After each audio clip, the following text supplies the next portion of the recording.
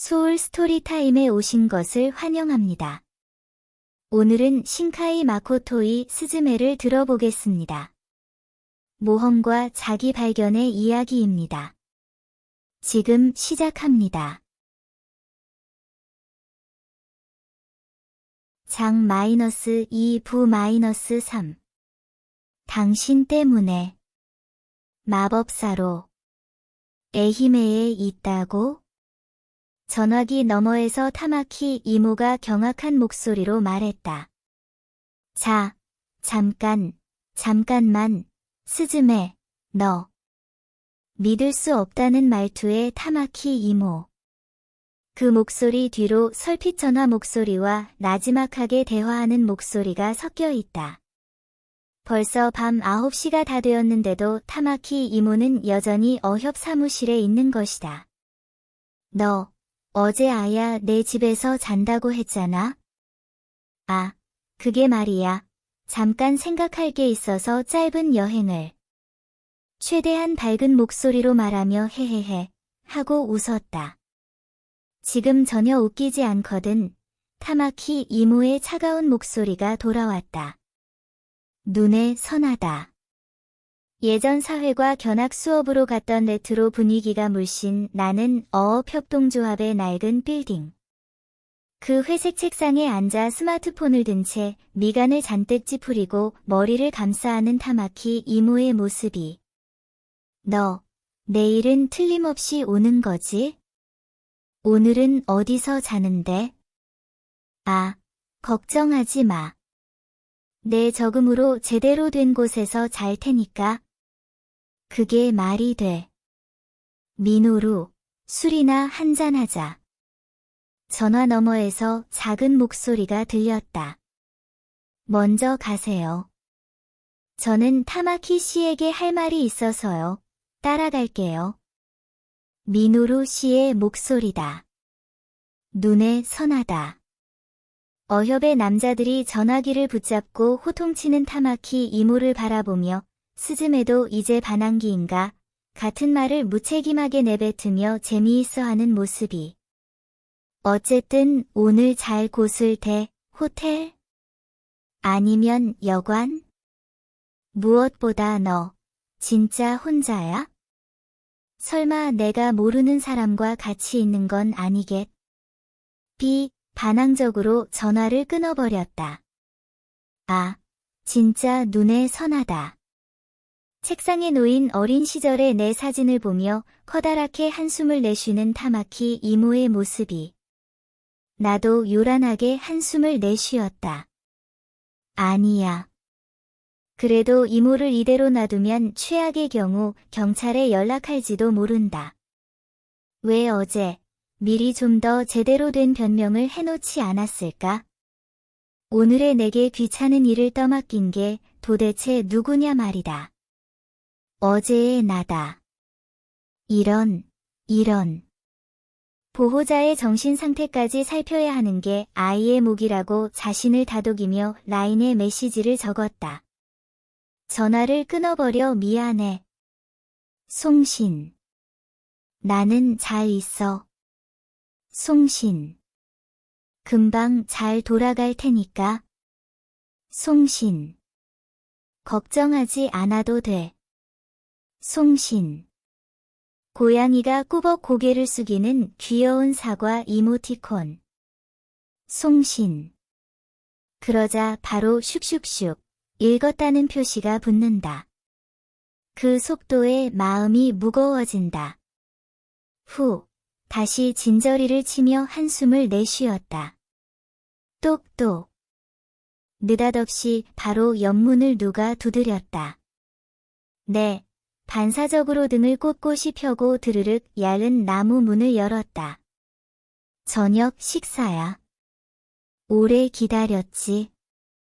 여관 종업원 차림의 치카가 생긋 웃으며 밥상을 내밀었다. 진흙투성이 꼴로 어린이용 의자를 품고 마을 입구에 나타난 나를 보고도 치카는 별다른 질문을 던지지 않았다. 오늘 묵을 곳은 있냐는 질문에 이제부터 찾아봐야 한다고 솔직히 대답하자 치카는 너는 행운아라며 웃었다. 우리 집, 민박해. 오늘 밤 우리 집에서 잘 운명이었네. 스즈메. 운동복이 더러워지는 것도 개의치 않고 더 꽉 잡으라고 말하곤 전동 바이크를 운전하는 치카의 목덜미를 바라보며 그렇게 어두운 곳에서 내내 기다려줬다는 사실에 생각이 미쳐 미안하다는 말을 되풀이하는 것 외에는 할 수 있는 일이 없었다. 그리고 치카는 오늘 밤이야말로 목욕하고 말겠다는 내 수건도 풀어주었다. 민박의 넓은 욕탕에서 온몸의 진흙과 땀을 씻어내고 품몸을 담그자 예상대로 여기저기가 많이 쑤셨다. 햇볕에 너무 타서인지 아니면 찰과상 때문인지는 알 수 없었다. 욕실 구석에서 교복을 빨게 해주었고 옅은 분홍색의 깨끗한 유카타까지 빌려주었을 뿐만 아니라 민박방까지 준비해주었다. 게다가 저녁밥까지 치카가 가져다 준 것이다. 와, 고마워. 눈이 뜨거워졌다. 그와 동시에 속이 쓰릴 만큼의 배고픔이 찾아왔다. 저기, 스즈메. 나도 여기서 같이 밥 먹어도 돼? 아. 물론이지. 나야 좋지. 아. 하지만 미안해. 아. 저기, 아주 잠깐만 기다려.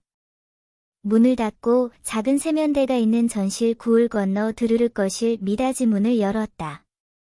다다미 위에 덜렁 서 있던 소타 씨가 나를 올려다봤다. 구 전실. 어쩌지? 둘이서 먹어. 다정한 미소를 머금은 목소리로 소타 씨가 말했다. 아무래도 이 몸은 배가 고프지 않은 것 같아. 소타 씨는 대답하고 4평 정도 되는 방의 구석까지 달그락달그락 걸어가 벽을 바라봤다. 걱정하지 말고 마음껏 먹어. 웃으며 말하는 그 목소리에 안심하고 치카를 방으로 불렀다. 접시 밖으로 튀어나올 정도로 큰 생선은 갈치 소금구이라고 했다. 젓가락을 넣자 바삭 껍질 갈라지는 향긋한 소리가 나고 포근한 살이 김을 냈다. 큼직하게 한 젓가락 집어 밥 위에 올리고 밥과 함께 입에 넣었다. 와, 맛있다. 입이 멋대로 감상평을 쏟아냈다. 정말 진심으로 맛있었다. 담백하면서도 달콤한 기름기가 입안 가득 퍼지자 온몸이 그 맛을 환영했다. 새삼 생각할 겨를도 없이 뜨거운 덩어리가 다시 눈두덩으로 솟구쳤다. 어머, 스즈메. 너 지금 울어. 아니, 너무 맛있잖아. 하하하. 치카가 너무 웃긴다는 듯 깔깔댔다. 우리는 2개의 쟁반을 놓고 마주 앉아 밥을 먹었다. 그렇게 배고팠어? 그녀는 감탄했다는 듯 말했다. 오늘은 이상하게 갑자기 손님이 늘어서 저녁이 늦었어. 미안해. 에이. 아니야. 그런 말도 안 되는 소리를 하십니까? 치카의 너무나 융숭한 대접에 자기도 모르게 존댓말이 나오고 말았다. 나야말로 미안해.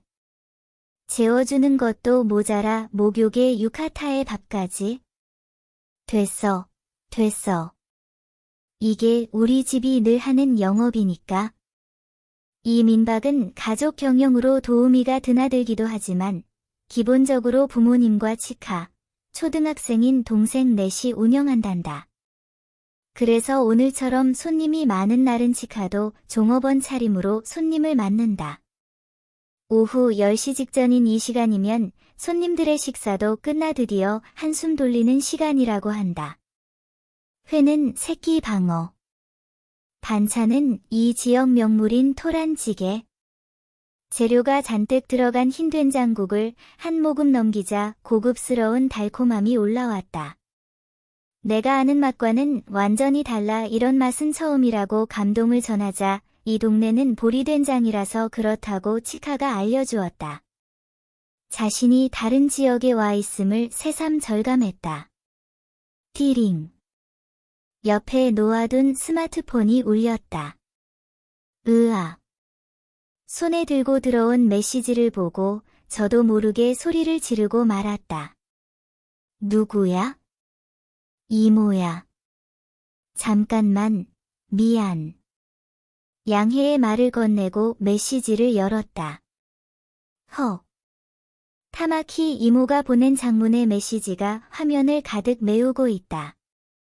스즈메, 잔소리라고 생각할지 모르겠으나 오래 생각한 끝에 아무래도 내게 꼭 전해야 할 것 같아 적는다. 마지막까지 읽어줬으면 좋겠구나. 우선 내가 이해했으면 하는 것은 내가 아직 미성년자라는 점이다. 스즈메는 건실한 아이라고 생각하지만 일반적으로나 경제적으로나 신체적으로나 17살은 역시 아직 아이야. 너는 미성년자이고 여러 생각이 있겠으나 나는 내 보호자야. 띠링. 으아. 추신. 나는 화를 내는 게 아니야. 그저 혼란스럽고 걱정하는 거지. 왜 너는 아무런 얘기도 없이 그렇게 갑자기 여행을 떠났을까? 왜 에히메일까? 그런 얘기는 한 번도 없었고 내가 아는 너는 분명. 스마트폰을 뒤집어 봉인하듯 다다미 위에 놓았다. 내일 읽자. 아, 진짜. 이제 좀 얼른 애인이 생겼으면 좋겠네. 나도 모르게 이런 말을 흘리고 말았다. 어머, 이모가 독신이야? 몇 살인데? 40쯤 되지 않았을까?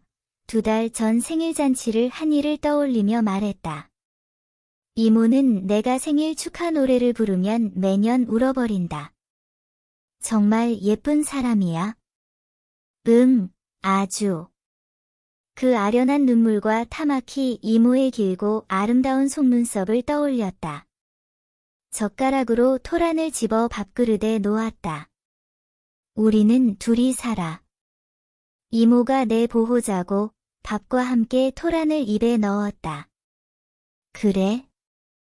왠지 복잡한 사정이 있는 것 같네. 그건 아니야. 꿀꺽, 간이 잘 된 토란을 삼켰다. 하지만 어쩌면 내가 이모의 소중한 시간을 빼앗았을지도 몰라. 요즘 들어 그런 생각이 들어.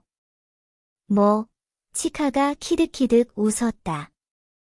그거 전 애인이 하는 소리 아니야?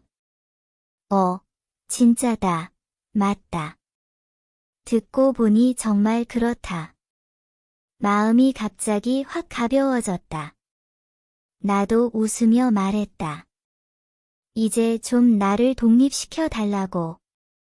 그거지. 아, 큰일이다. 소타씨가 다 들었겠다. 내가 새삼 그 사실을 깨달은 것은 디저트인 귤 젤리를 거의 다 먹었을 때였다.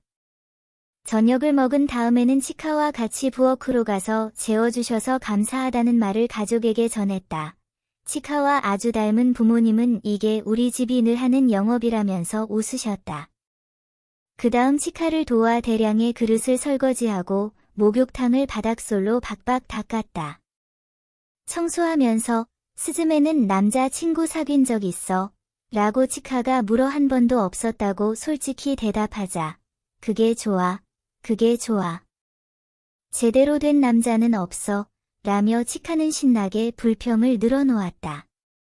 치카에게는 막 사귀기 시작한 남자친구가 있는데 정작 자기는 라인 답장도 제대로 안 하는 주제에 질투가 심하다거나 굳이 말하자면 매일 둘만 있을 곳에 가자고 주장하는데 이 동네는 인적 없는 고투성이라 곤란하다는 고민을 즐겁게 떠들었다.